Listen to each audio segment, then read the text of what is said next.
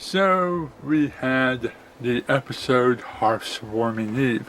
I put it off until around Christmas to make it a little more of a festive celebration and get a few extra friends to help me celebrate it. It barely got pulled off on time, but it was all something that worked out for the best. We start things off in this episode with Twilight and Spite showing us a little bit of nice world building as we learn more about the hearthwarming traditions.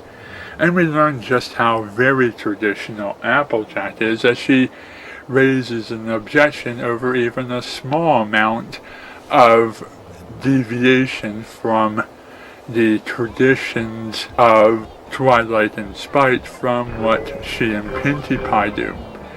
She and Pinkie Pie are going to be bringing their two different families together for this season, and they talk about things on the train ride, even recapping the hearthwarming episode that we had in Season 2, just in case you had missed that episode or needed a reminder. A train ride gives us some fun, festive background characters making references to movies like Planes, Trains, and Automobiles and Home Alone. Once we're on the rock farm, things go a little bit differently. We meet Pinkie Pie's sisters and her mother and father for the first official time wherein they'll be having lines and fleshed out personalities. Previously we had only some books to go by, and how canon or not those books are is up for some debate. There's some information in this episode that doesn't quite mesh with the books, but some episodes in the future of this season sort of confirm what the books went on about. But the point is, here is Limestone and Marble Pie talking and displaying their personalities for the first time. Limestone being the grump and Marble being the shy one, even more Fluttershy than Fluttershy has ever been. They're just trying to make her like the female Big Mac and Limestone like the female Applejack, and then Maud being like AJ and the parents being like Granny Smith, only each one being different from the Apple family. And we see that when the ponies are paired up, each one is with the personality that they would most get along with. We also get this whole thing about the importance of Holder's Boulder. This is driven in as a running gag, and it has a sweet payoff in the end when the boulder comes crashing down, and we feel just how much that destruction upset the Pie family. When everything is resolved, we see the Pies and the Apples indoors sharing each other's traditions, sharing each other's food, sharing each other's lingo. Apple Bloom getting along with Maud and Boulder, Maud doing some of her poetry, Applejack learning to accept the rock chiseled dolls instead of the crocheted ones that she was expecting, and they all seem to be getting along, especially Marble and Big Mac, which is now everyone's favorite new ship. We have some emotional moments over the course of this episode, and it maybe made a few people cry or perhaps laugh or maybe just get angry at how stupid Applejack was being. But it was all for the learning of the lesson of the week. We also get that whole twin telepathy thing with Applejack and Pinkie Pie a couple of times. Not too much to the point of it being done, just the right amount where it works. It may not be the most uplifting holiday episode, but it does have a good amount of feels. I'd put it on the same ranking as Doug's Christmas special, where we spend the entire thing worrying about Porkchop being found guilty of attacking Bibi when she fell through the ice and he tried to save her, and he had to bite her leg to pull her out of the ice, and everybody thought Porkchop was attacking her, and now they want him to be put to sleep and executed for being vicious, and Doug has to prove him innocent. It's that same sort of emotional moment.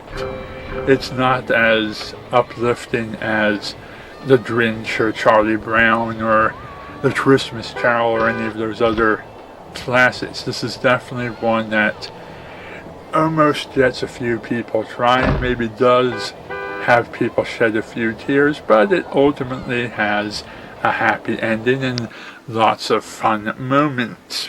AJ's ruining of the festivities really wasn't her fault. She had no way whatsoever of knowing that there were fault lines running through the rock farm, or that planting that flagpole would trigger them on some kind of delayed reaction that would hit the boulder directly and push it over a cliff. But all that being said, she really shouldn't have messed around. She really should have respected the traditions of others. And coming from a family that was half Christian and half Jewish, I know plenty about respecting others' religions and traditions and having different ways to celebrate the holiday. In fact, my mom and I are both very fascinated with the traditions of people from all over the world. Traditions that vary from things like feeding animals to placing candles on your head to light the darkness. There's so many different people all over the world that celebrate lots of different ways. Some open their presents on December 24th and some on December 25th. In the end, it doesn't matter what your traditions are. The point is you should respect each other for the things that you do a little bit differently. A few other things that fascinated me about this episode. Maud gets to play detective. She's very skilled at identifying even small trace amounts of rot on other ponies' hooves. I'm ready to have an entire Maud detective story spun off from just that one moment. The entire Pie family is all about rocks. Even Pinkie Pie can get back into her rock farming habits at a moment's notice. It definitely seems like there's just as much rocks on the rock farm as there is apples on the apple farm. And I'd love to see an episode where the Pies have to visit the apples and they have to adjust to apple farm stuff and not have so many rocks around. It's interesting that when Igneous and Cloudy Quartz are talking about how they got betrothed to each other by the choosing stone and how this special stone declared you should love one another, and it was so that Granny Smith was actually interested in finding an apple farming hunk to hook up with.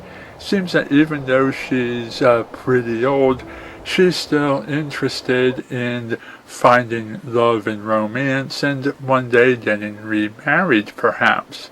That could be an interesting direction to take the character, and have Applejack have to deal with her grandmother being romantic again, falling in love again, and bringing a new pony into the family. Or perhaps Granny Smith is trying to play matchmaker for her 3 grandchildren, and she wants to find some pony special to get Applejack and Big Mac married. Apple Bloom and Maud getting along was nice to see as well. Definitely an interesting pair. While they're not as interesting as Marble and Big Mac getting along and being all cute and blushy, it was definitely interesting to see them finding a common ground to start getting along.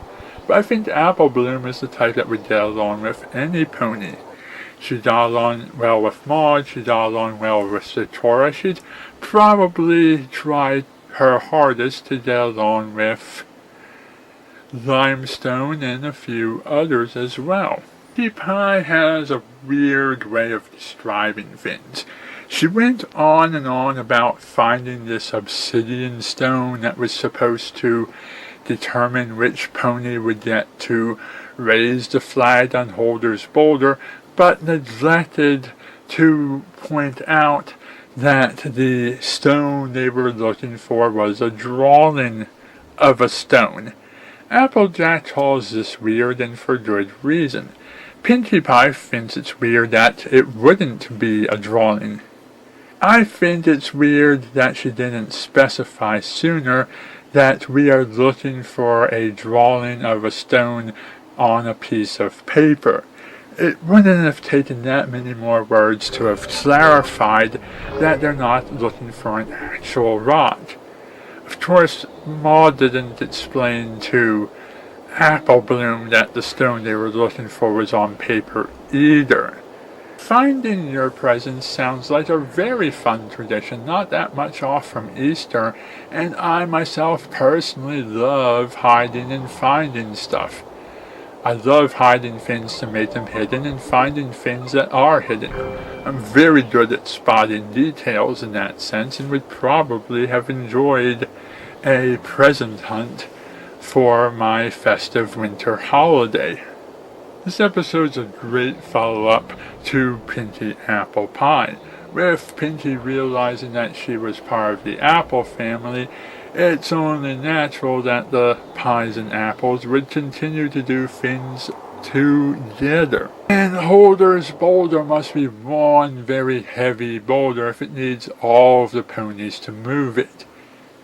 A lot of fans are right in thinking that Maud and the Big Mac should be able to lift an entire boulder by themselves. After all, Big Mac can move an entire house, and Maud can smash entire giant boulders with her hooves, as well as throw them great distances. So either the boulder is very much heavier than what we are led to believe, or Maud and Big Mac are trying not to smash the boulder, crack it, break it, or reduce it to a pile of pebbles, or in any other way damage it. Or perhaps the boulder itself is so heavy that it literally can't be moved, even with Maud using all of her strength. After all, when you think about it, the boulder that almost crushed Pinkie Pie and the one that she threw in the competition with Rainbow Dash were both quite a bit smaller than Holder's Boulder. Holder's Boulder is the biggest of all of the rocks that we've seen on the series, even bigger than Tom. So this episode officially puts to rest all of that cutie mark speculation and fan art. When we last saw Limestone and Marble, they did not have cutie marks as of that particular time, and a lot of fan artists drawing the ponies as they would appear grown up tried to imagine what Limestone and Marble's cutie marks could potentially look like. Well, now they have official cutie marks, so it's easy to tell when you look at fan art which fan art is old and which fan art is new. Also, there's a character who made the first Equestria flag by the name of Nimble Fimble. But how exactly do Fimbles work and get their name of Fimble when you are ponies and you have hooves? And the final question of our session is, how do you think other ponies who weren't featured in this episode celebrate their hearthwarming? And in the comments section below, tell me, how do you celebrate your holiday? Thank you for watching, and good night.